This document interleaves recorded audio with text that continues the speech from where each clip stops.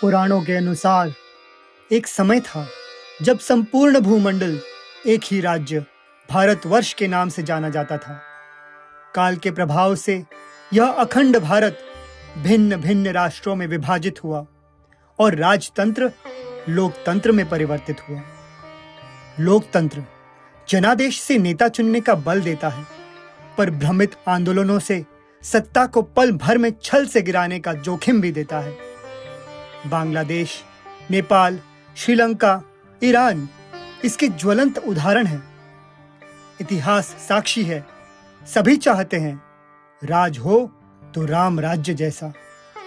मर्यादा पुरुषोत्तम राम एक आदर्श राजा, जिन्होंने अपने कोमल हृदय, सहज स्वभाव और युद्ध निपुणता से जन जन का मन जीता।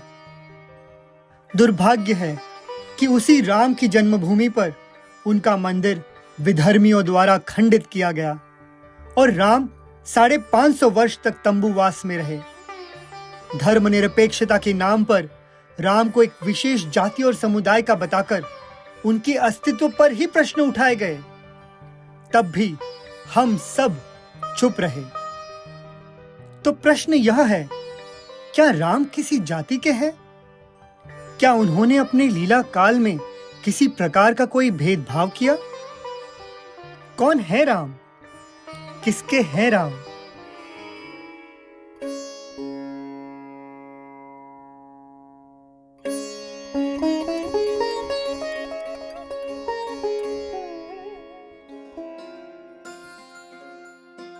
आइए इस लघु नाटिका के माध्यम से हम आपको रामायण के उन प्रसंगों में एक बार फिर ले चलते हैं जहां मंगल भवन अमंगलहारी सदा प्रसन्नचित रहने वाले भगवान राम की 14 वर्षों की वन यात्रा का प्रथम दिवस है। अपने भावी राजा के प्रति अपार प्रेम रखने वाली अयोध्या की प्रजा श्री राम के साथ उनके पीछे पीछे वन जाने की मंशा से उनके साथ चलती है।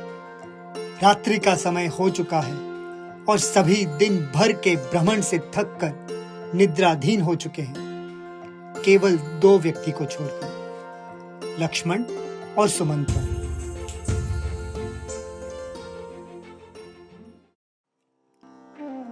युवराज, आप भी थोड़ा विश्राम कर लीजिए। अपने भैया को श्रम में देखकर कैसा विश्राम सुमंत्र जी? अब तो जब जब सीताराम विश्राम करेंगे, लक्ष्मण जागकर उनकी सुरक्षा के लिए परिश्रम करेगा। भैया, भाभी, कुछ चाहिए आपको? प्रातःकाल होने को है।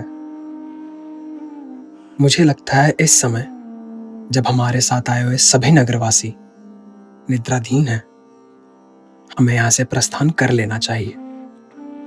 यदि वे सब जाग गए या हमारी मनसा जान गए तो उन्हें हमारे साथ आने से रोकना कठिन हो जाएगा।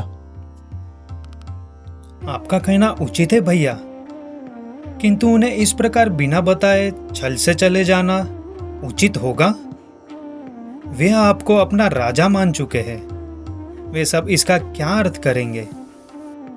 हृदय में उमड़ रहे प्रेम और लगाव को बुद्धि से समझना या समझाना दोनों ही व्यर्थ है। मैं राजा तो नहीं हूं, किंतु पिताश्री की ओर से वही निर्णय ले रहा हूं जो एक राजा को लेना चाहिए।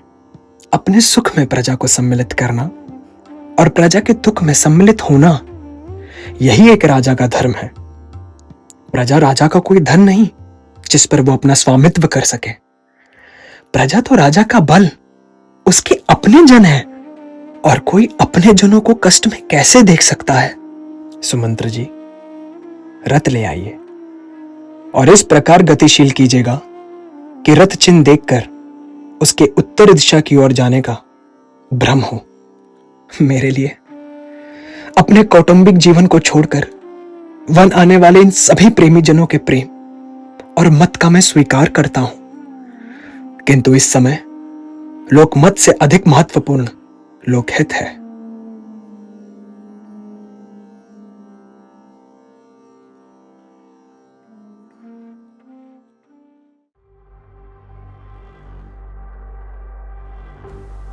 श्री राम, श्री राम, श्री राम, कहाँ है हमारे प्रभु?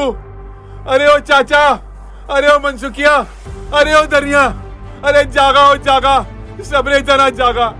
देखा बोर हो गई बा, पर लागत है हमारे जीवन में अंधियार छा गई बा। अरे का हुआ? काहे सवेरे सवेरे इतना चिल्लात है? तनी शुभ शुभ बोला करे।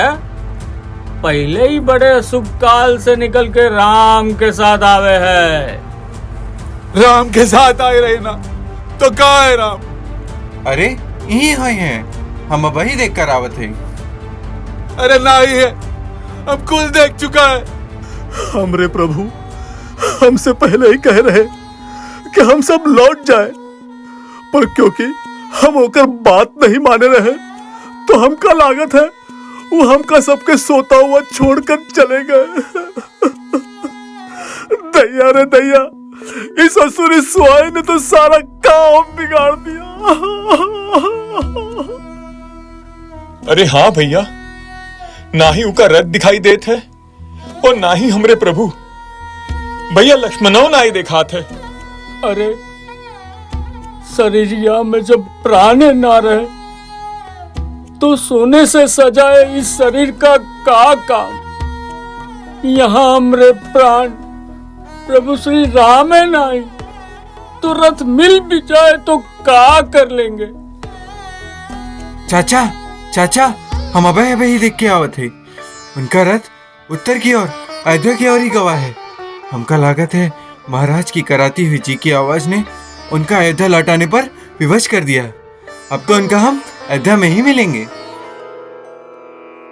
श्री राम साक्षात धर्म है और उनके धर्म पालन के निश्चय को ना ही अपनों के आंसुओं की धार रोक सकत है और ना ही शत्रुओं के शस्त्र की बौछार।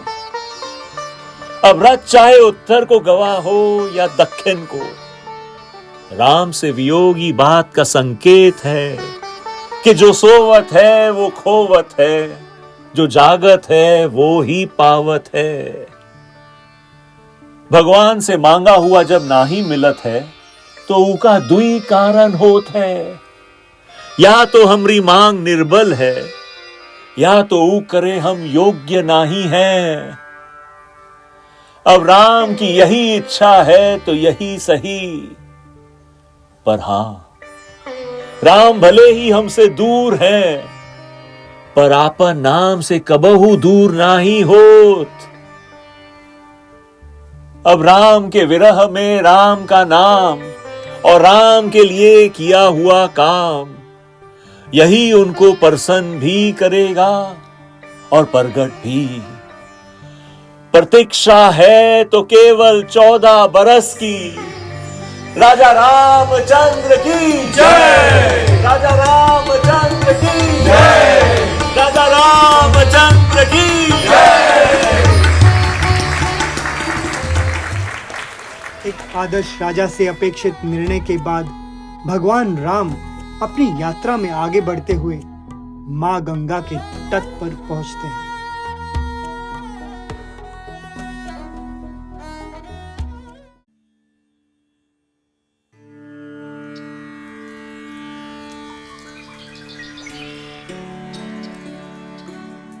सीता, लक्ष्मण, ये जो तुम देख रहे हो वो जगत पावनी, पाप नाशनी मां गंगा की निर्मल धारा है। मां गंगा के दर्शन मात्र से ही मनुष्य का मन निर्मल और चित्त शांत हो जाता है। जिस प्रकार एक माता अपने दूषित और मलिन बालक को निर्मल और स्वच्छ करने में तनिक भी संकोच नहीं करती और उसे अपने गोद में उठा लेती है, उसी प्रकार मां गंगा व्यक्ति के जाने अनजाने में हुए सभी दोषों को अनदेखा करके बिना किसी भेदभाव के अपने ममता के छाव में आश्रय देती है। सच्चे मन से किया गया प्रणाम, थोड़ा सा आचमन या इसके पवित्र जल में स्नान व्यक्ति को निश्चित रूप से पवित्र बनाकर मोक्ष प्रदान करने में पूर्णतः सक्षम है। हे मां गंगे, दशरथ पुत्र राम अपनी भार्या और अपने अनुज लक्ष्मण सहित आपको शत शत प्रणाम करता है। हे गंगा मैया, आपकी छत्र छाया से दूर जा रही हूँ। 14 वर्षों के इस वनवास के पश्चात मैं अपने पति और देवर के साथ सकुशल पुनः आपके दर्शन कर सकूं, ऐसा आशीर्वाद दीजिए। महाराज सगर से लेकर महाराज भगीरथ तक जिन जिन महात्मा राजाओं ने जन कल्याण के लिए कठिन तपस्या करके मां गंगा को इस धरा पर अवतरित होने हेतु प्रसन्न किया, उन सभी अपने पूर्वजों को कृतज्ञता के भाव से हे राम नमन करता है। जय श्री राम। जो स्वयं नमन के योग्य हैं उनको नमन करते देखना यही नाखों की पूर्णता है। हमारा सादर प्रणाम स्वीकार करें राम। मां गंगा के तट पर वर्षों से यथाशक्ति की गई हमारी नगण्य साधना का फल आपके दर्शन पाकर आज हमें प्राप्त हुआ है। हाँ, जो ना ही बड़ी बड़ी तपस्या से, ना ही व्रत नियम से और ना ही बड़े अनुष्ठान और दान से प्रकट होते हैं, आज वही परमात्मा सहज ही स्वयं चलकर हमें दर्शन देने आए हैं। हम धन्य हो गए राम, हम धन्य हो गए। मैं आपको दर्शन देने नहीं, अपितु आप सब धर्म धुरंधरों के दर्शन प्राप्त करने के लिए ही इस वन की यात्रा में निकला हूं। आप सब भगवत प्रेमी साधु महात्माओं का दर्शन, उनका लव मात्र का संग भी सर्वोच्च सिद्धि को प्रदान करने वाला है। आपके श्री चरणों में राम का नमन स्वीकार करके मुझे अनुग्रहित करें। अपनी माता द्वारा तिरस्कृत करके वन भेजे जाने पर भी उसे स्वेच्छा से स्वीकारी हुई वन की यात्रा मानकर जो अपना सौभाग्य समझता हो वो केवल राम ही हो सकता है। निसंदेह शोकातुर पिता के मन के भाव को जानकर अयोध्या जैसे राज्य की संपूर्ण संपत्ति और अपना अधिकार जीर्ण वस्त्र के भांति क्षण भर में छोड़कर वन का मार्ग स्वीकार करने वाले आप जैसे पुत्र पर हर पिता को गर्व होगा राम। हे मर्यादा पुरुषोत्तम, आप वनवासी नहीं धर्मवासी हो। धर्म आप में और आप धर्म में निवास करते हो। हे पूजनीय, भाग्यवान है वो जिन्हें माता पिता की सेवा का शुभ अवसर मिलता है और सभी सेवाओं में उनकी दी आज्ञा का पालन ही उनकी सबसे बड़ी सेवा है। पुत्र वो नहीं जो पिता की संपत्ति को अपना माने, पुत्र तो वो है जो अपने पिता को ही अपनी संपत्ति माने। पिता की संपत्ति बांटने का अवसर तो सभी को मिलता है, पर पिता की विपत्ति बांटने का अवसर कुछ बड़ भाग्य को ही मिलता है। अपने रक्त से पोषित करने वाली माता और अपने श्वेत से सुरक्षा देने वाले पिता का ऋण सैकड़ों जन्म लेकर भी ना ही कोई पुत्र आज तक चुका पाया है और ना ही चुका पाएगा। पुत्र धर्म का पालन करने वाले पुत्र के लिए उसके माता पिता की सेवा ही उसकी पूजा भी है और साधना भी। हे रघुनंदन, क्योंकि आप पुत्र भी हैं और परमेश्वर भी, इसीलिए मेरी शंका का समाधान करने में समर्थ हैं। वर्षों से मेरे मन में पल रहे शोभ का कृपया निवारण करें। हे मुनिवर, आप तो त्रिकालदर्शी हैं, किंतु दास के कल्याण के लिए यदि आप प्रश्न पूछना चाहते हैं तो अवश्य पूछिए। अपने पुत्र धर्म को छोड़कर परमात्मा की प्राप्ति के लिए मैंने वर्षों तक प्रयास किया, साधना की, पर ना पिता को संतुष्ट कर पाया और ना ही परमात्मा का साक्षात्कार हुआ। तो क्या वो साधना व्यर्थ है? आदरणीय, साधना कभी व्यर्थ नहीं होती। प्रभु का दर्शन केवल रूप में नहीं, भाव में है। बिना भाव के सामने खड़ा हुआ परमात्मा भी पाषाण लगता है। भाव और प्रेम भक्ति से प्रकट होता है। जब साधक भक्ति रूपी साधना में लीन हो जाता है, तब नियमित रूप से निरंतर की गई उसकी वही साधना उसको साध्य से जोड़ देती है। भगवान प्रत्यक्ष रूप में भले ही प्रकट ना हो, पर भक्त को यह विश्वास हो जाता है कि उसके प्रत्येक मंत्र में, प्रत्येक ध्यान में, प्रत्येक साधन में, हर श्वास में, हर सेवा में उसके भगवान ही भगवान हैं। साधना का लक्ष्य भगवान नहीं, साधना स्वयं भगवान है। इसीलिए भगवान के मिलने के पश्चात भी भक्त भगवान को तो छोड़ सकता है, पर भगवान को मिलाने वाली साधना को नहीं। अपनी साधना से ही प्रेम करने वाला भक्त न भगवान से दूर रहता है और ना ही भगवान उससे। आप सभी मुझे आशीर्वाद दीजिए कि मैं भी अपनी वनगमन की इस साधना रूपी संकल्प को सिद्ध कर सकूं। जिसके स्मरण मात्र से सभी के संकल्प सिद्ध होते हो, उनके संकल्प को सिद्ध होने से कौन रोक सकता है। आप इसी प्रकार सभी को अपने दर्शन से कृतार्थ करते चले, यही हम साधुओं की मनोकामना है। प्रभु श्री रामचंद्र की जय। प्रभु श्री रामचंद्र की जय। प्रभु श्री रामचंद्र की जय। सुमंत्र जी, आज की रात्रि हम यहीं विश्राम करेंगे और कल प्रातः गंगा पार जाकर अपने आगामी मार्ग सुनिश्चित करेंगे। आप रथ को थोड़ी दूर ले जाकर अश्वों को खोल दीजिए ताकि वे भी विश्राम कर सकें। सरकार के चरणों में गोहा का प्रणाम। निषाद राज, कहत है अतिथि देवो भव, पर जब साक्षात देवता ही अतिथि बनकर आए जाए तो उनका स्वागत कैसन हुई, ये तो हम भील जाति के लोग ना ही जानत है। पर हाँ, आज आपके आगमन से हमार और हमार गांव सिंगवेरपुर का भाग्य उदय अवश्य ही हुआ है। मित्रों का स्थान चरणों में नहीं, हृदय में होता है। निषाद राज, जब यजमान आप जैसा मित्र हो तो किसी भी तिथि या सत्कार की कोई आवश्यकता ही नहीं होती। अतिथि के आगमन से मुख में प्रसन्नता और वाणी से मीठे बोल अतिथि को संतुष्ट कर देते हैं। आपके इन मधुर वचनों ने ही हमें आनंदित कर दिया है। कहिए, आपके इस फले फूले राज्य में आप सह परिवार प्रजा सहित कुशल तो है ना? हे प्रभु, आपके पिताश्री महाराज दशरथ जी के कृपा से मिला हुआ यह राज्य उन्हीं के आशीर्वाद से सुरक्षित और समृद्ध है। सरकार, कभी सोचा नहीं था कि ऐसा भी दिन देखना पड़ेगा कि जन के कारण सबका जीवन चल रहे हैं, वो आज वन में पैदल चल रहे हैं और वो भी एक वनवासी के भेष में। मित्र, देश वेश और भेष से अधिक महत्वपूर्ण आज्ञा और उद्देश्य है।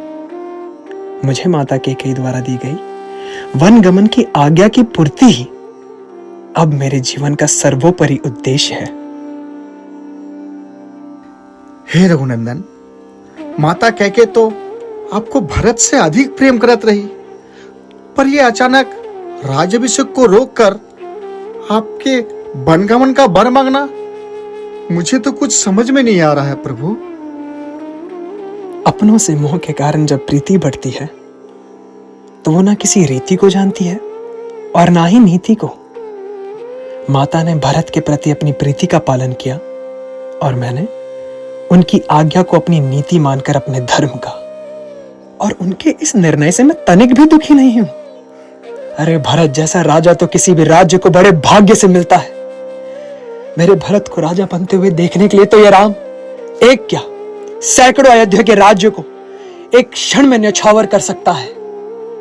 14 वर्ष तो क्या, 14 युगों तक भी मुझे वन में विचरण करना पड़े तो ये राम उसे अपना अभाग्य ही समझेगा। सरकार, वनगमन की क्या आवश्यकता है? यह समस्त पृथ्वी आप ही की तो है। यदि भरत भैया अयोध्या में राज करत है तो आप यहाँ सिंगवेरपुर में राज कीजिए। इसे आपन ही राज समझिए और हम सब इनको आपन प्रजा। चलिए प्रभु, भीतर चलिए।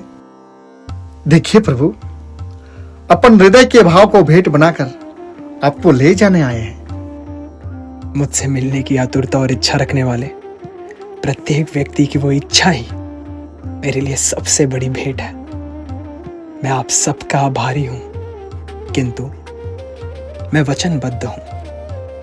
अगले 14 वर्षों तक मेरा किसी भी राज्य में प्रवेश निषेध है। ना ही मैं कोई राजकीय वस्तु का प्रयोग कर सकता हूं, ना ही राजकीय वस्त्रों का, और ना ही किसी भी प्रकार के पकाए हुए व्यंजनों का।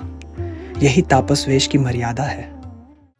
आपने कहा कि आप वन में रहेंगे और कोई भी पकाया हुआ व्यंजन नहीं खा सकते, परंतु फलों को तो किसने नहीं पकाया, वो तो पेड़ पर होते हैं और पेड़ तो वन में होता है ना, तो जो वन में रहता है वो तो फल खा ही सकता है ना, तो क्या आप ये फल खा ही सकते हैं? तुम तो बड़े चतुर हो, बहुत प्यारी बातें करते हो। बहुत प्यारी नहीं सरकार, ये बहुत सारी बातें करत है। एक बार प्रारंभ कर दे तो गंगा मैया के पानी के जैसन इक्के बानी चलती ही रहती है। इक्का चुप कराने वाले स्वयं ही चुप हो जात, पर ये रुके के नाम ना लेते हैं। अच्छा, तो अब इतनी सारी बातें, मेरा अर्थ है इतनी प्यारी और मीठी बातें करने वाले के हाथों से मिला हुआ फल तो अवश्य ही बड़ा मीठा होगा। अब इसे तो चखना ही पड़ेगा। हाँ हाँ, बड़े मीठे हैं, मैंने पहले ही चक्कर देख लिया है। सरकार, हम तो ठहरा अनपढ़ गवार, अधिक तो कुछ ना ही जानत है, पर हाँ इतना अवश्य जानत है कि मित्र वही होते जो मित्र के सुख में भले ही पीछे रही पर दुख में हमेशा आगे रहे। एक राजकुमार होते हुए भी अपने मुझ जैसे हीन और पिछड़े को अपन मित्र कहकर अपन गले लगाया, हमारा इतना मान बढ़ाया। बस एक कृपा और कह दीजिए, हमका भी अपन मित्र की सेवा का एक अवसर दीजिए प्रभु। निषाद राज, आप ये क्या कह रहे हैं? मित्रता में कोई बड़ा या छोटा नहीं होता, क्योंकि मित्रता तन का नहीं मन का संबंध है। जिस प्रकार मंत्र मन को स्थिर करता है और आत्मा को बल देता है, उसी प्रकार मित्र मन को प्रसन्न करता है और जीवन को रंग देता है। मित्रता तो प्रेम से भरा हुआ वो अनोखा संबंध है जहां ना कोई गोपनीयता होती है और ना ही किसी प्रकार का भेद या छल होता है, तो बस अटूट विश्वास और स्नेह, जहां मौन में भी मन के भाव को समझ लिया जाता है। ये राम का वचन है कि जो राम से जुड़ता है उसको राम ना कभी भूलता है और ना ही कभी छोड़ता है। तुम्हारे इस प्रेम भरे प्रस्ताव को मैं स्वीकार करता हूं, पर वचनबद्ध होने के कारण उसे ग्रहण नहीं कर सकता। क्षमा प्रार्थी हूं। ये आप क्या कह रहे हैं सरकार? आपके नियम और धर्म पालन में सहयोगी होना भी एक धर्म ही है। धर्म पालन के हेतु मिले इस मनुष्य जीवन में मंत्र और मित्र दोनों ही अज्ञान के अंधेरे को मिटाने वाले दीपक हैं। एक भीतर जलता है और दूसरा साथ चलता है। आज अपना सब कुछ राम को अर्पण करके राम से मित्रता बनाई तुमने है, किंतु उसे निभाएगा राम।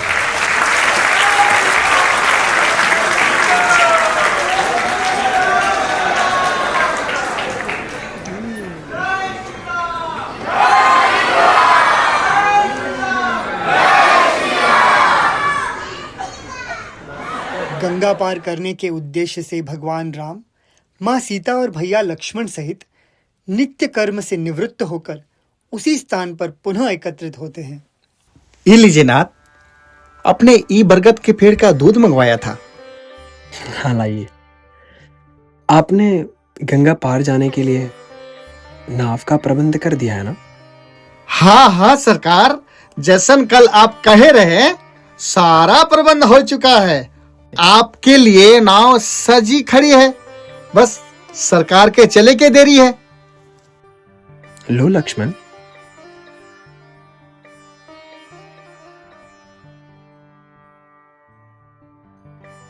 अरे सुमंत्र जी, ये क्या? आप रो क्यों रहे हैं? उठिए, क्या हुआ आपको? कुछ हो ही जाता तो उचित होता। आज ये दिन तो न देखना पड़ता। बाल्यकाल से जिन केशों को नाना प्रकार के सुगंधित द्रव्यों, असामान्य जड़ी बूटियों बहुमूल्य औषधियों से मिश्रित लेपों से सैकड़ों दास दासियों द्वारा संवरते देखा हो। आज आज उन्हीं केशों को अयोध्या के नरेश एक वृक्ष के दूध से साधुओं की जटाओं के भांति बाल बांध रहे हैं। यह देखकर मेरा हृदय खंड खंड हो रहा है।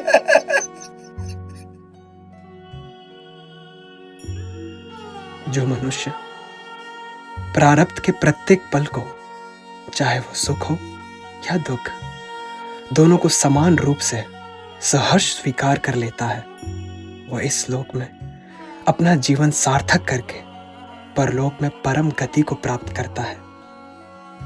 जब राम ही साथ नहीं तो इस लोक में या परलोक में कुछ भी हमारे हाथ नहीं। महाराज ने मुझसे कहा था कि मेरे राम, सीता और लक्ष्मण को कुछ दिनों तक वन में विचरण करा के पुनः अयोध्या ले आना। महाराज के हृदय की व्यथा तो आप जानते ही है। राम उनके प्राण है। राम के बिना ना ही उनकी और ना ही हमारी किसी में कोई रति है और ना ही कोई गति। काल के प्रभाव से प्रेरित कर्म के कठिन फल को बिना विरोध के भोगना ही हमारा कर्तव्य है। अपने माता पिता के आज्ञा अनुसार 14 वर्षों के इस वनवास का पालन करूं, यही समय की मांग है और यही विधि का विधान। और जितना शीघ्र हम इसे समझ लें, वही हम सबके लिए श्रेष्ठ है। मेरा आपसे अनुरोध है कि आप ये रथ लेकर अयोध्या लौट जाइए। पिताश्री को आपकी आवश्यकता है, उनका ध्यान रखिएगा। और भरत बहुत भावुक है, मेरे प्रेम में पागल, पता नहीं वो क्या क्या कर लेगा। उसे भी आपको ही संभालना है। और राजमंत्री होने के नाते और भी बहुत सारे उत्तरदायित्व आपकी प्रतीक्षा कर रहे हैं। जाइए सुमंत्र जी, जाइए। श्री राम, आपके प्रत्येक वचन उचित है और आपकी आज्ञा का उल्लंघन करना मेरे वश में नहीं। पर पता नहीं अपने कर्तव्यों का निर्वहन निरपेक्षता से कर पाऊंगा या नहीं, क्योंकि हृदय कुछ और चाहता है और बुद्धि कुछ और। सुमंत्र जी, हम जो चाहते हैं वो हमें मिले तो अच्छा है। हम जो चाहते हैं वो हमें ना मिले तो और भी अच्छा है। और हम जो चाहते हैं उससे विपरीत मिले तो समझना चाहिए कि उसी में हमारा मंगल है और यही विधाता की इच्छा है।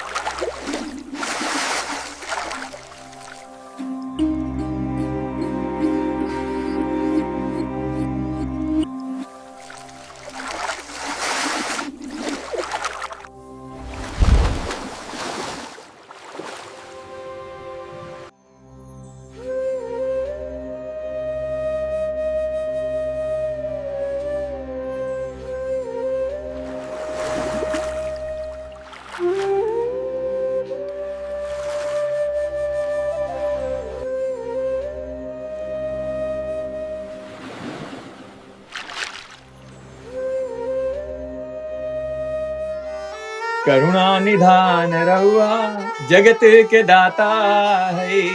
करुणा निधान रहुआ जगत के दाता है। श्री भगवान रहुआ जगत के दाता है। मति के फेर देनी विपत के टेर देनी के बा समान रहुआ जगत के दाता है। करुणा निधान रहुआ जगत के दाता है। श्री रघुनाथ रहुआ जगत के दाता है। आई गए आप? हाँ भैया, आई तो गए। कुछ भी कहो, संसार में कहीं भी रहो, पर वो कहते हैं ना, धरती का छोर घर। आपन घर तो भैया आपन घर ही होत है। और उमे भी जब घर में तोहरे जैसी सुंदर, सुशील और खट्टी मीठी पत्नी हो, नन्हे मुन्ने प्यारे प्यारे बच्चे हो, तो गंगा मैया की कसम, घर कोनो स्वर्ग से कम नहीं होत है। हाँ हाँ, बस बस, बचपन को ही भर पेट खिलाई पिलाई सके वो ही बहुत है। वैसे वो सब है कहाँ?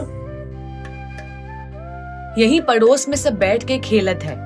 तनी ई बताओ, आज आपको कछु तुराई मिली या नहीं? बस 2 दिन और चल सके उतना ही अनाज है घरे में। कल कुछ नहीं आया तो भूखा मरे के पड़ी। अरे भाग्यवान, तुम भी ना बहुते ही सोचत हो, और तोहरे चिंता करे से कछु बदल जाएगा।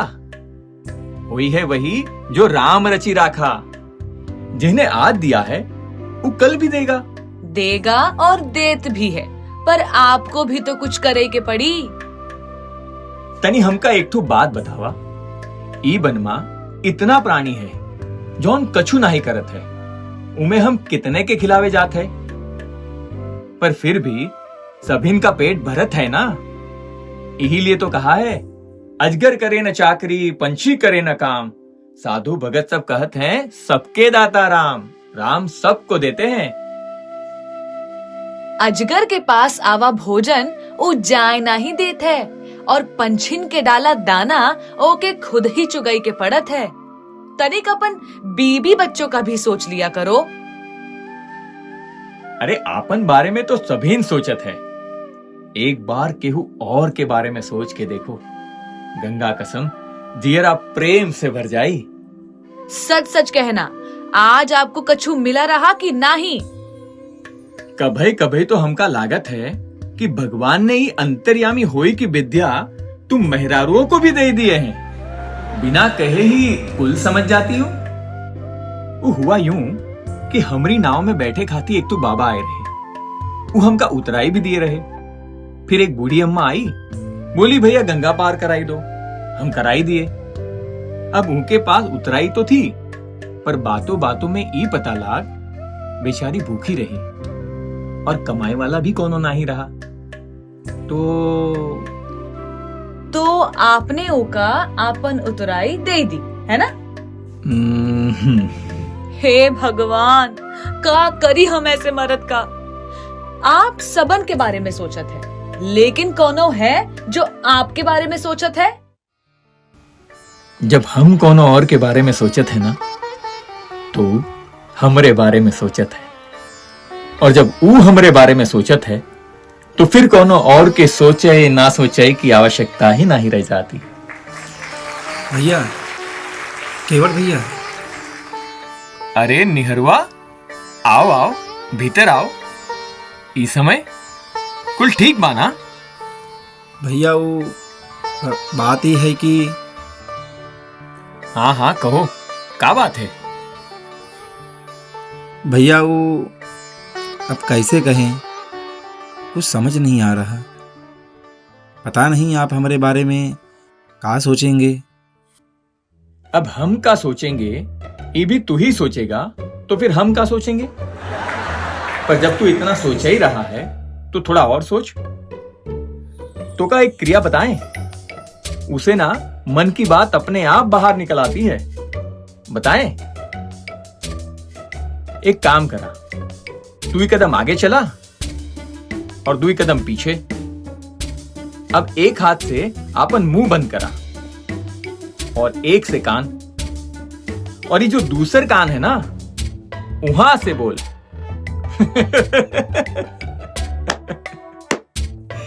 अरे पगले का कर रहा है? हम तो तनी परिहास करत रहे रे। अब कैसे कहे क्या? मुंह से ही कहेगा ना। निश्चिंत होकर बोल, क्या बात है? हम कोनो शेर थोड़ी है जो खाई जाएंगे तो का?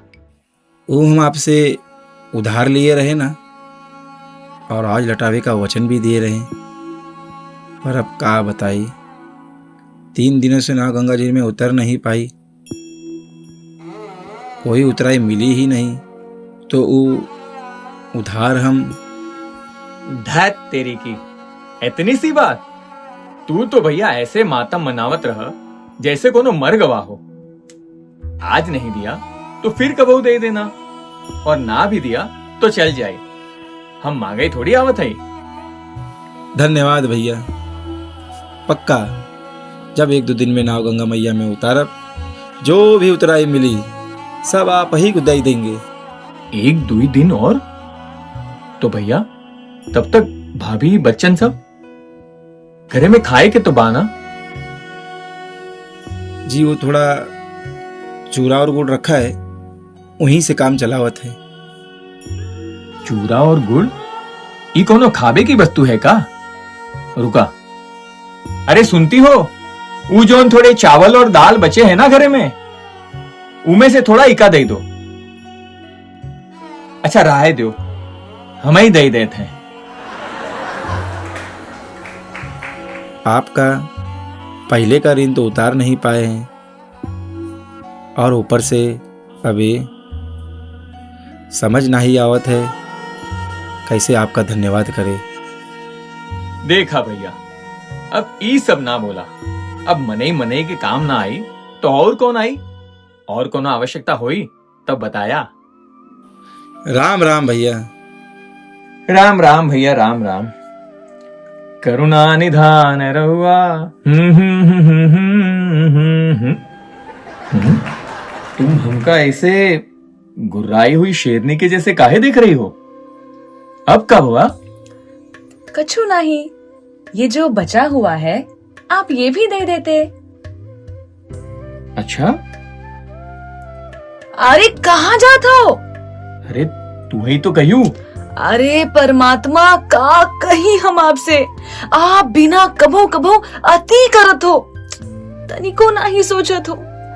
अभी पहले कारण तो उतारा नहीं, और ऊपर से आपने। अरे शांत हो जाओ हमरे बच्चे की अम्मा, शांत हो जाओ। अरे का शांत हो जाए?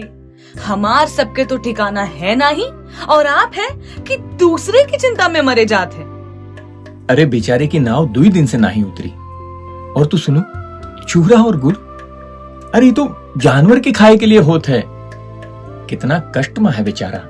अरे कोनो कष्ट वष्ट में नहीं है, और काहे का बेचारा आई जाते बस मुंह उठाए के। केवट भैया तो हैं ही सबके ठेकेदार। अरे धोखा रच के समझे के चाहिए। अरे तू तनिक प्यार से समझाए दे तो हम सब समझ जा। वैसे एक बात कही, गुस्से में ना तोहरी सुंदरता दुगनी हो जात है। अरे छोड़ो जी, आप हमेशा ई चिकनी चुपड़ी बाती करके हमके चुप कराई देत हो। हम तो बस ये कहत रहे कि आप बहुत भोले हो, और ये सब छल कपट करके आपके भोलेपन का लाभ उठावत है। देखा, छल से केहू का कौनो बल नहीं बढ़त। हम तो बस इतना जानत है कि कौनो भले हमरे साथ छल करे, ये उकर आपन कर्म है। पर हम केहू से छल ना करी, केहू का बुरा ना करी, ये हमार धर्म है। धर्म भगवान को बहुत ही प्रिय है। एक बात बतावा, आप ही जो हमेशा भगवान भगवान करत हो, कभू देखे भी हो उनको? सच कहे तो ई बखत हमरे भगवान भगवा धारण कई के ई वन में ही विचरण करत है। कल ही देखे हम उनका। उनके दर्शन तो हो ही गए, बस अब उनकी कोनो सेवा मिल जाए, जीवन धन्य हो जाए हमार। तो काऊ अयोध्या के राजकुमार राम भगवान हैं? हम जब भी उनके पराक्रम की बातें महाराज से सुनत रहे, तो लागत रहा वो अवश्य ही भगवान है। और हमका पूरा विश्वास तो तब हुई गवा जब हम उनके भाई लक्ष्मण और हमरे महाराज की बातें कल रात में सुने। वो कह रहे थे कि राम स्वयं ब्रह्म है। यदि वो भगवान है तो इस संसार में स्वयं क्यों आवत हैं और इससे मनुष्य जैसे कार्य काहे करत हैं? जब जब इस धाम के मनुष्य मानवता छोड़कर भगवान बनने का प्रयास करते हैं, तब उस धाम के भगवान इस धाम पे मनुष्य बनकर मानवता सिखाने आते हैं। अब जैसे अपना मुन्ना जब हमारे पीछे पीछे गंगा मैया में जात है, तो तुम्हें कितनी चिंता होती है उसकी कि कहीं गिर ना जाए, डूब न जाए। होती है कि नहीं? अरे काहे नहीं होगी, हमरा मुन्ना है वो, हम माँ है उसकी। हमारा मुन्ना गंगा मैया में डूब न जाए ओकर तुमका इतनी चिंता है, तो तनिक सोचो, जौन भगवान के सब संतान इस भव सागर में डूब रहे हैं, तो क्या उन्हें बचाने वो नहीं आएंगे? अवश्य आएंगे।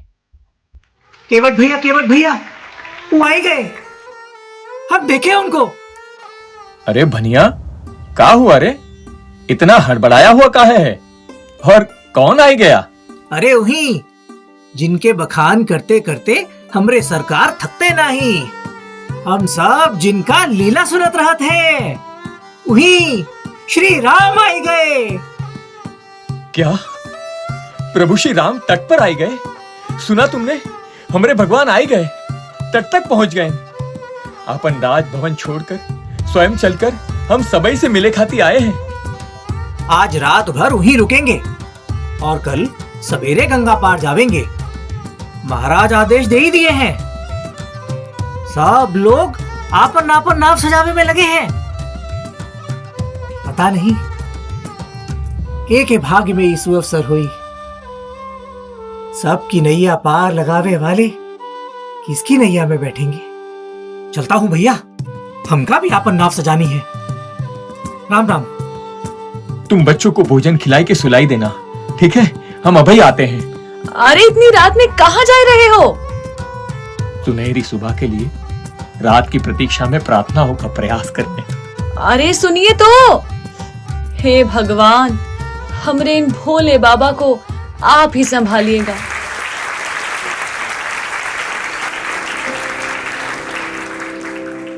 केवट को दिए हुए वचन के कारण निषाद राज ने सुनिश्चित किया कि आज गंगा तट पर केवट की नाव को छोड़कर कोई भी और नाव नहीं रहेगी। और अंततः वह घड़ी आ ही गई जिसने इतिहास के पन्नों पर अपनी ऐसी छाप छोड़ी जिसे लोग आज भी स्मरण करके भाव विभोर हो जाते हैं। जो कोई भी इस निश्चलता और प्रेम से भरे प्रसंग को कहता है, सुनता है या स्मरण करता है, वह अवश्य ही प्रभु राम के चरणों में रति प्राप्त करता है। यह प्रसंग राम की कृपा और प्रेम को प्राप्त करने वाला चमत्कारिक मंत्र है। आइए देखते हैं क्या होता है जब प्रेम में पागल जीव परमात्मा से मिलता है।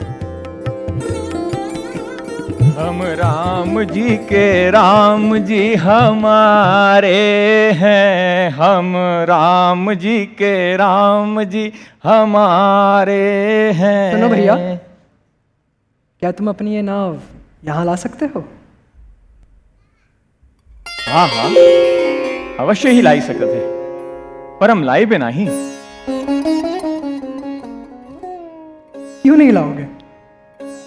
मरम तोहर जानिला हे रघुरैया, मरम तोहर जानिला हे रघुरैया। गुड़वा की धुरिया में जादू भरल बाटे, गरवा की धुरिया में जादू भरल बाटे। मरम तोहर जानिला हे रघुरैया, मरम तोहर जानिला हे रघुरैया। मैं आपका मरम जान गया हूं, नाव नहीं लाऊंगा। आज तक हम इनका मर्म नहीं जान पाए और तुम जान गए। क्या जानते हो? यही कि इनके चरण की जो रज है वो कोनो सामान्य रज नहीं है, जड़ी बूटी है, जड़ी बूटी, वो भी विशेष जड़ी बूटी, मनुष्य बनावे वाली जड़ी बूटी। जो पत्थर को छूते ही नारी बनाई देते। हम नाव नहीं लाएंगे सरकार, ये नाव हमारे जीवन का आधार है। जब नाव चलती है तो घर में भोजन आता है। अब नाव ही नहीं रहेगी तो हमरे छोट छोट लड़कन भूखे मर जाएंगे सरकार। तनिक विचार कीजिए और मान लीजिए कि आपकी कृपा से कोई ना कोई साधन हम कर ही लिए, पर फिर भी वो जो घरे में पहले से बैठी है उसे कैसे समझाएंगे? उसे क्या कहेंगे कि नारी बन गई नाव से? यहाँ आप भैया को समझा रहे हो, लेकिन अपनी पत्नी को नहीं समझा सकते। लखन जी, राम को समझाना तो फिर भी सरल है, पर पत्नी को ना बाबा ना। आज तक कौनो अपनी पत्नी को समझा पाया है जो हम समझाएंगे? पत्नी को समझाए से तो अच्छा है खुद ही समझ जाओ। ना बाबा ना, हम नहीं लाएंगे।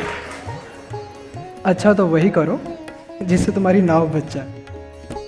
उपाय तो एक ही है, आप हमसे अपने चरण धुलवाई लीजिए। हम एक एक करके सारी जड़ी बूटी को चुन चुन कर निकाल देंगे। फिर बैठिए, बड़े आराम से आपको नाव में बिठाकर कराई देंगे गंगा पार।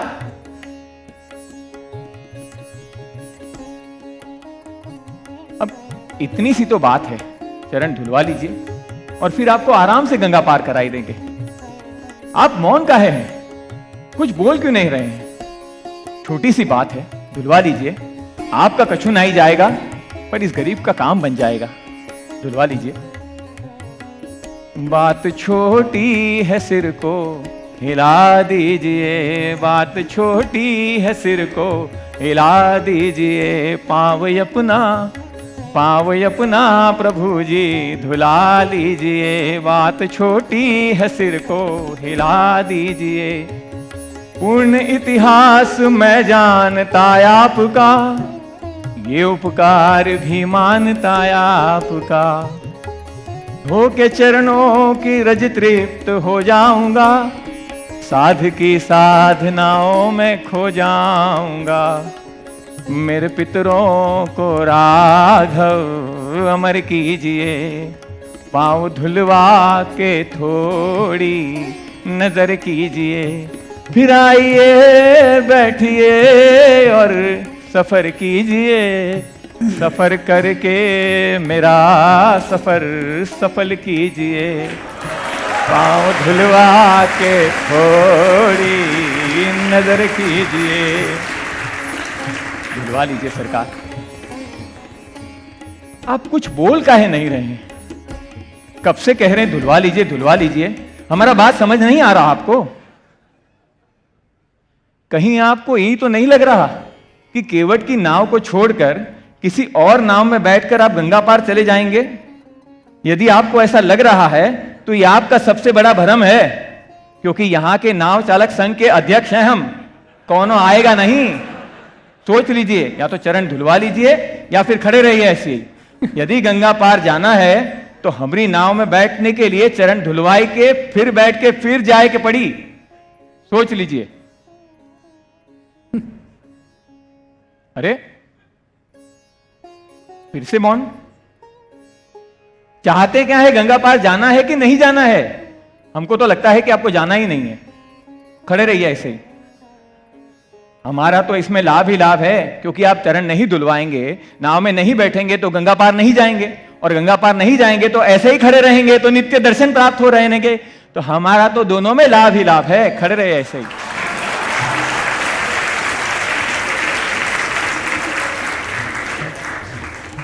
अरे क्या बात है? कुछ तो बोलिए, कहिए धोलू चरण। अब क्या कहें? अच्छा। अब हमारी समझ में आया कि रउआ सरकार के पास उतराई में देने के लिए कछु है वो नहीं। तो आप संकोच में पड़ गए हैं ना कि अगर गंगा पार ले गया तो उतराई में क्या देंगे? कहिए, यही बात है ना? हम समझ गए। आज तक आप सबको मुक्त करते आए हैं, आज हम आपको मुक्त करते हैं, संकोच से मुक्त करते हैं। आपके चरण धोएंगे, नाव में बिठाएंगे, गंगा पार करेंगे, पर कुछ मांगेंगे नहीं आपसे। ऐसे ही पार करके चले आएंगे। रुकने दें सरकार। यदि आपको विश्वास ना हो तो हम आपकी शपथ खा के कहते हैं, आपके पिताश्री की शपथ खाते कहते हैं कि आपसे कुछ नहीं मांगे। भैया कुछ बोल नहीं रहे तो कुछ भी बोलेगा। अब मरने के लिए सच हो जा। भैया ने तुझे जितनी ढील दी है तू उसका लाभ ले रहा है। हमारे सामने भैया राम की, हमारे पिताश्री महाराज दशरथ की शपथ ले रहा है।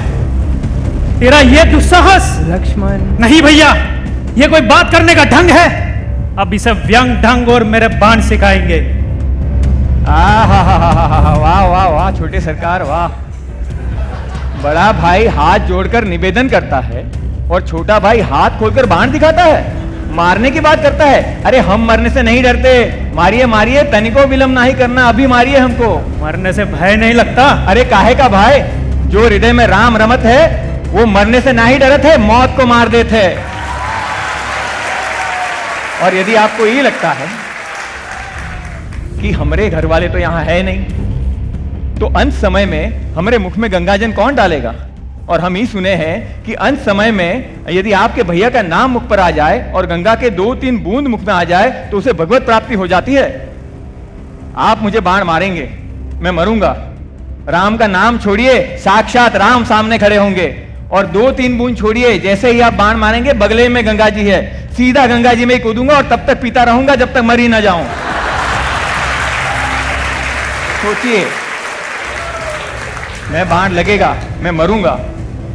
और इतना तो मैं रघुनाथ जी को जानता हूं कि बड़े कृपालु हैं, मेरी अंतिम क्रिया तक तो रुक ही जाएंगे।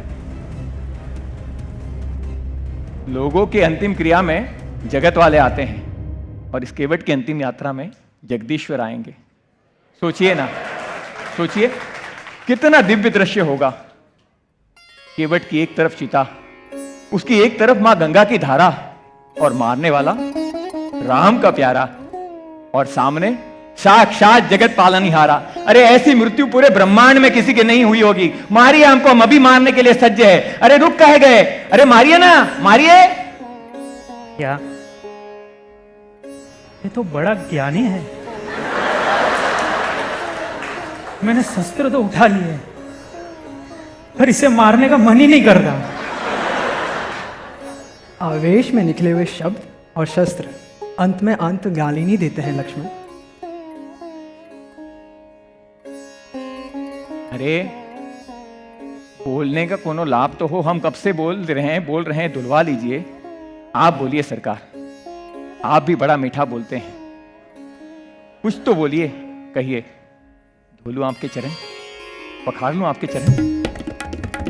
अरे अब कोई अपनी ओर से स्वयं थोड़ी ना कहेगा कि आओ मेरे चरण धो लो, जाओ पानी लाओ और धो लो। ना ना ना ना ना ना ना ना।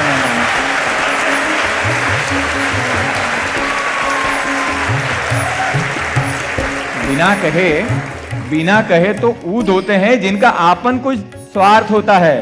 यहां आवश्यकता दोनों की है, आपको भी तो पार जाना है ना, तो आपको कहना पड़ेगा कि केवल आओ और हमरे चरण पखार लो, वरना फिर कोई ये ना कहे कि हमने बलपूर्वक अपनी वाली करवा ली। अच्छा भाई केवट, पैर पखार लो। ठीक है रघुनाथ जी, हम अभी पात्र का प्रबंध करके अपनी पत्नी को ले कर आवत है। अरे अभी पत्नी को क्यों बुलाना है? अरे प्रभु, यहीं गंगा जल है, पानी लाओ और धो लो। अरे प्रभु, धोने को नहीं कहे हैं, पखारने को कहे हैं, और पखारने को तो पत्नी के साथ ही किया जाता है। हम अभी गए और अभी आए। अरे भैया, ये आपने क्या कह दिया? आपके शब्द का कितना भयंकर अर्थ किया है। अब पता नहीं कब आएगा वो। तुम इसकी अटपटी बातों का लाभ लो लक्ष्मण। अब जो प्रेम करते हैं वो थोड़े तो अटपटे होते हैं ना। अभी आ जाएगा।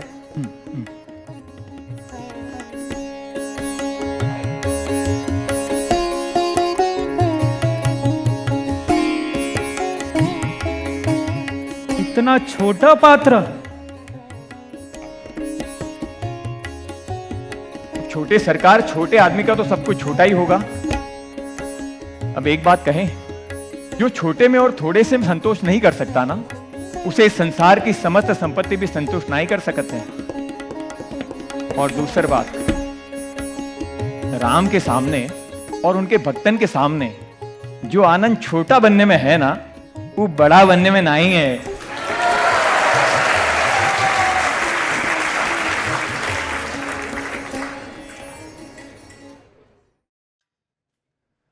ये सरकार,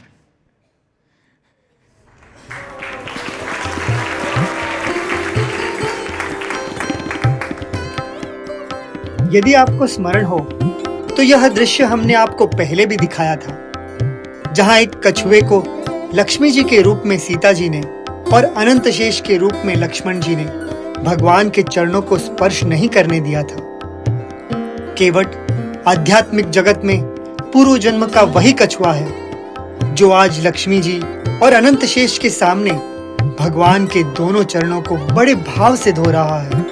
बात जब अपने भक्त पर कृपा की आती है तो भगवान किसी की नहीं सुनते, केवल अपने भक्त की इच्छा पूर्ण करके उसे प्रसन्न करने में ही प्रसन्न होते हैं। अरे सरकार, ये क्या किया आपने? अरे चरण गीला रहा, कम से कम पोज तो लिए देने होते। आप नीचे दे दिए, फिर से इसमें रद्द लग गई, अब दोबारा धोना पड़ेगा। अब हो गए पार, कभी दाया कभी बाया, बस बार बार चरण ही धुलाते रहो। लक्ष्मण, भाई केवट, मैं कब तक एक पैर पे खड़ा रहूंगा? अरे यदि सरकार को गिरने का भय लग रहा हो, अगर सहारा चाहत हो तो हम है ना, आपका अपना वरद हस्त्र हमारे माथे पे रख लीजिए, ना आपको गिरने का भय रहेगा और ना हमको डूबने का। आइए।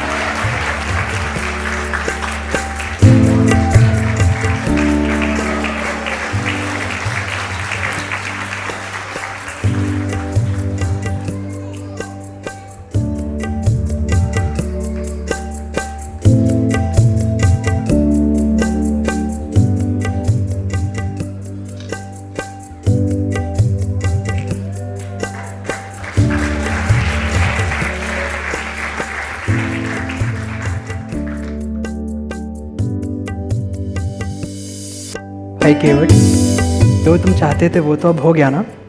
अब तो करा दो गंगा पार। एक काम और बचा है। अब क्या बाकी है? ये हमारे समस्त पूर्वजन इसी राम का चरणामृत है, इसे ग्रहण करके आपके जन्म जन्मांतर की प्रयास को पूर्ण कीजिए और आपकी सद्गति हो, यही हमारा मंगल कामना है। जय श्री राम। पी लियो, तुम पी के बचपन को पिलाए के सारे गांव में बांट दियो। उन सबका हमसे पहला अधिकार है इस पे। अब तो जाओ। आइए सरकार, नाव भी आपकी और नाव वाला भी आपका। आइए।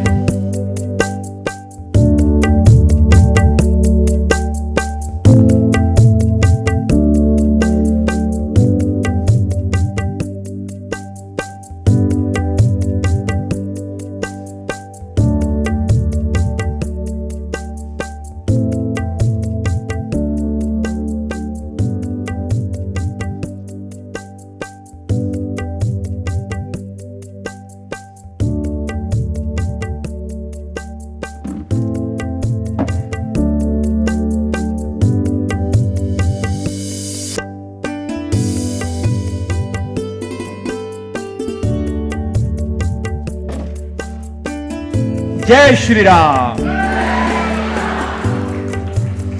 हमरे राघव जी उतरेंगे पार, गंगा मैया धीरे बहो। हमरे राघव जी उतरेंगे पार, गंगा मैया धीरे बहो। है होले होले बहो, धीरे धीरे बहो।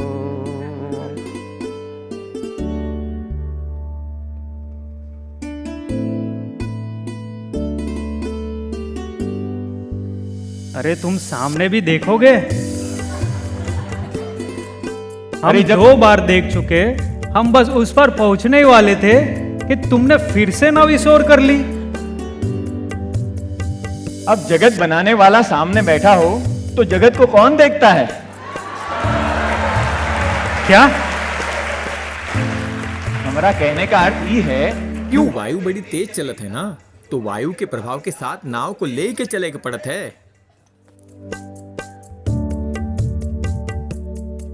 भाई केवट, आपको यही लग रहा है ना कि हम आपको कब से घुमाए रहे हैं, पार नहीं उतार रहे हैं, यही ना? बस इतने में थक गए सरकार? तनिक विचार कीजिए हम जैसे जीवों का, जिन्हें आप 184 की योनियों में कितना घुमा रहे हो, और हम कितने थक गए होंगे। सोचिए जरा, सोचिए। अब आप ही कहेंगे कि 184 की योनियों में तो जीव अपनी इच्छा से घूमता है और परमात्मा भी उसके साथ घूमता है, तो परमात्मा की इच्छा से जीव पार लग ही जाएगा। पर हमार कहना ई है कि मनुष्य की इच्छा से कछु नहीं होता है, परमात्मा दृष्टि डाले तो पल भर में पार। आपने इच्छा की और लीजिए, आई गए पार। जय श्री राम। आइए सरकार।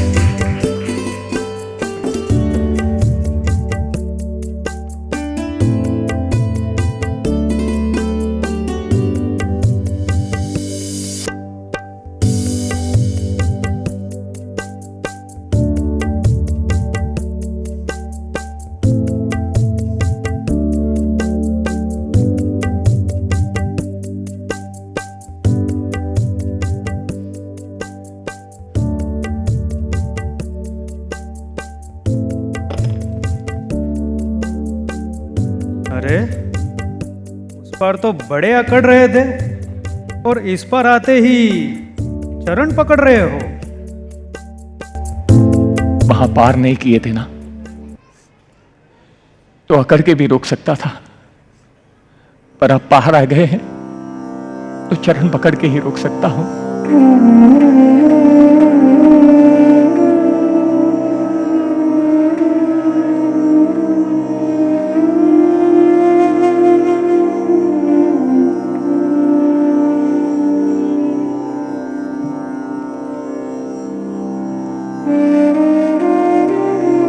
केवट, ये रख लो।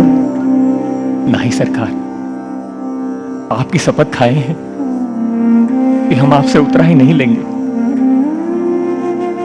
हम नहीं लेंगे सरकार, उतराई दे के हमारी शपथ को मत तोड़िए। और अगर हम सोचें तो आज हमें क्या नहीं मिला है। आपके दर्शन पाकर मेरी आंखों में दूसरों में देखने का दोष समाप्त हो गया। आप आनंद के सागर हैं। आपसे बातें करके, आपके हास्य का निमित्त बनकर मेरे हृदय का सारा दोष समाप्त हो गया। मुझसे मेरी नाव मांगकर आपने मेरी स्वभाव की दरिद्रता मुझसे छीन ली, और जिन चरणों को एक बार देखने के लिए बड़े बड़े ऋषि मुनि, बड़े बड़े देवता जन्म जन्मांतर तक तपस्या करते हैं, फिर भी उन्हें संशय होता है कि इन चरणों के दर्शन होंगे या नहीं। आज आपने उन्हीं चरणों को न केवल देखने का, अपितु जी भर के पखारने का अवसर देकर मेरे जन्म जन्मांतर के तीनों तापों को सदा सदा के लिए मैं समाप्त कर दिया। नाथ, समाप्त कर दिया। आज नाथ मोहे काह न पावा, मिटे दोष दुख दारिद्र दावा। अब कछु नाथ न चाहिए मोरे, दीन दयाल अनुग्रह तोरे। फिर भी यदि आप कुछ देना चाहते हैं तो फिरती बार में जो कुछ देवा, तब प्रसाद में सिर धर लेवा। मुझे कुछ नहीं चाहिए प्रभु, मुझे कुछ भी नहीं चाहिए।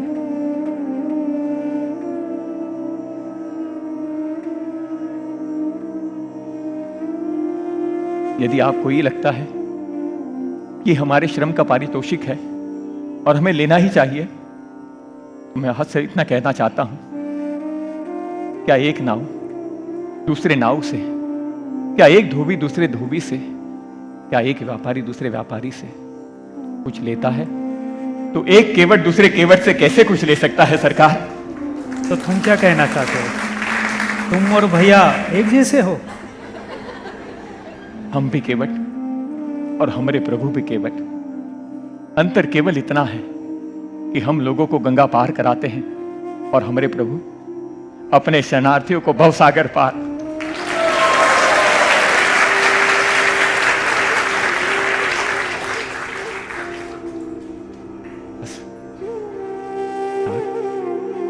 इतनी इच्छा है, आपसे कुछ मांगने को जी नहीं चाहता, पर मैं आपको निराश भी नहीं करना चाहता। और आपको यदि ये लगता है कि रघुवंशी किसी का ऋण नहीं रखते, तो मैं आपसे ये कहना चाहता हूं कि ऋण तो रघुवंशियों का हम सब पर है। छोटा मुंह और बड़ी बात सरकार, आज इस समस्त संसार और पूरी अयोध्या माता कैकेयी को दोष दे रही है कि उन्होंने अपने पुत्र को राजा बनाने के लिए अपनी माता से भी अधिक प्रेम करने वाले राम को 14 वर्षों का वनवास दे दिया। पर मैं आपसे ये कहता हूं कि उस माता कैकेयी का उस कृत्य को मैं ये तो नहीं जानता कि उन्होंने उचित किया या अनुचित किया, पर इतना अवश्य जानता हूं कि उनके इस कृत्य ने इस संसार पे सबसे बड़ा उपकार किया है। मैं उनके इस कृत्य के लिए अपने दोनों हाथ जोड़कर उन्हें शत शत नमन करता हूं, क्योंकि यदि माता कैकेयी ना होती तो हम जैसों की अभिलाषा कैसे पूर्ण होती? यदि माता कैकेयी ना होती तो हमें राम कैसे मिल पाते? जिस दिन राम बन गए तभी राम सबके बन गए। इस संसार में प्रत्येक व्यक्ति हर वस्तु में, हर व्यक्ति में, हर साधन में, हर क्रिया में जिस आनंद को ढूंढ रहा है, वास्तव में वो आप ही को ढूंढ रहा है, क्योंकि आनंद का दूसरा नाम राम है और राम का दूसरा नाम हृदय का सच्चा विश्वास।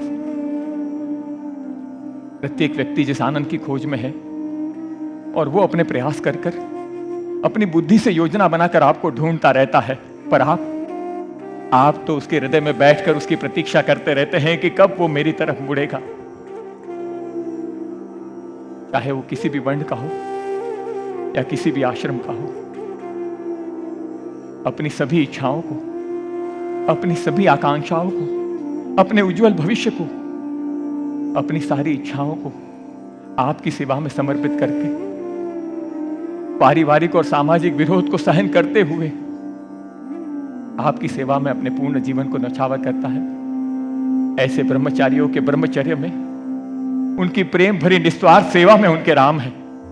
अपने प्रत्येक क्रिया को निष्ठा और पूजा समझ के करने वाले उन गृहस्थियों के प्रत्येक गृहस्थ के कार्य में उनके राम है। अपनी सभी प्रवृत्तियों से निवृत्त होकर अपने हाथों से बनाए हुए अपने घर संसार को आपकी प्राप्ति के लिए पल भर में छोड़कर वन का मार्ग लेने वाले उन वानप्रस्थियों के वैराग्य में उनके राम है।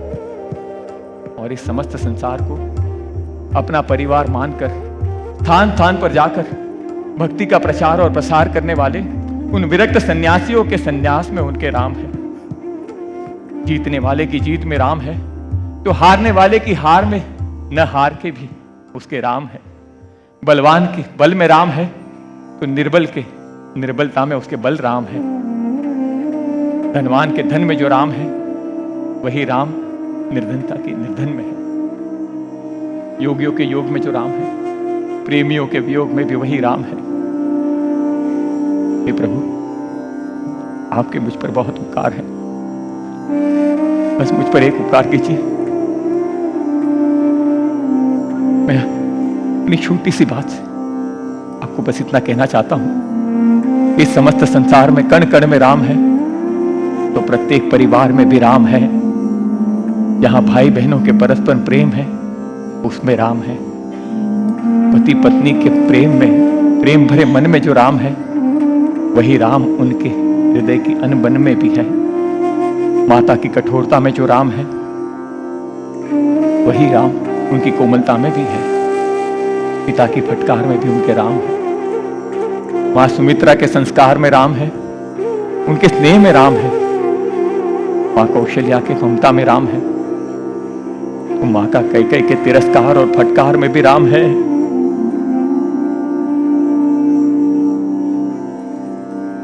आज तुमने माँ कैकेयी के बारे में बता के हमें बहुत प्रसन्न किया। कुछ तो मांग लो भाई। कहते हैं कि कभी कभी विधाता से ना मांगना ये भी उनका अपमान होता है। इसीलिए आपकी प्रसन्नता के लिए, आपकी प्रभुता का मान रखने के लिए मैं आज आपसे कुछ ऐसा मांगता हूं जिसे प्रदान करके आप प्रसन्न हो जाए और जिसे पाकर मैं पवित्र हो जाऊं। बस इतनी कृपा कीजिए ना, ये सीता राम लक्ष्मण का ये दृश्य मेरी चेतना से कभी ओझल ना हो। जीवन के प्रत्येक पल को यही स्मरण करके जीऊं कि आज भी मेरे राम मेरे घाट पर खड़े हैं। जब तक जीऊं आपके प्यारों के बीच में जीऊं और आपके प्यारों की सेवा करता हुआ जीऊं। बस इतना उपकार करना सरकार, और मेरे जीवन के अंतिम समय में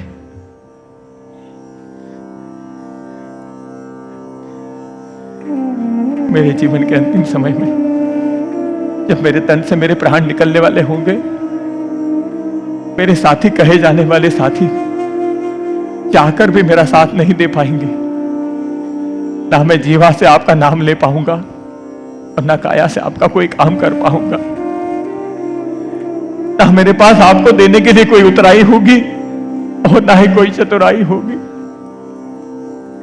तब मेरे जीवन के अंतिम समय में आप मेरे अंतकाल के बेली बनकर इस भवसागर में भटकती हुई मेरी आत्मा की नाव को आप ही पार लगाना, आप ही बनना इस केवट के जीवन के खेवैया, केवट के अपने खेवैया राम।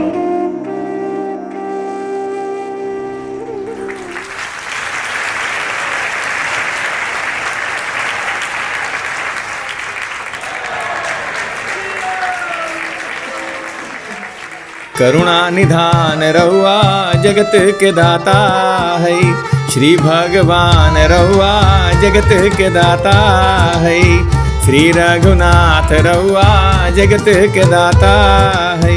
केवट से चरण धोवनी, केवट से चरण धोवनी, गिद्धपति ही लगवनी, गिद्धपति ही लगवनी, जाने जहान रहुआ जगत के दाता है, करुणा निधान रहुआ जगत के दाता है, श्री भगवान रहुआ जगत के दाता है, करुणा निधान रहुआ जगत के दाता है, करुणा निधान रहुआ जगत के दाता है, श्री भगवान रहुआ जगत के दाता है, श्री रघुनाथ रहुआ जगत के दाता है।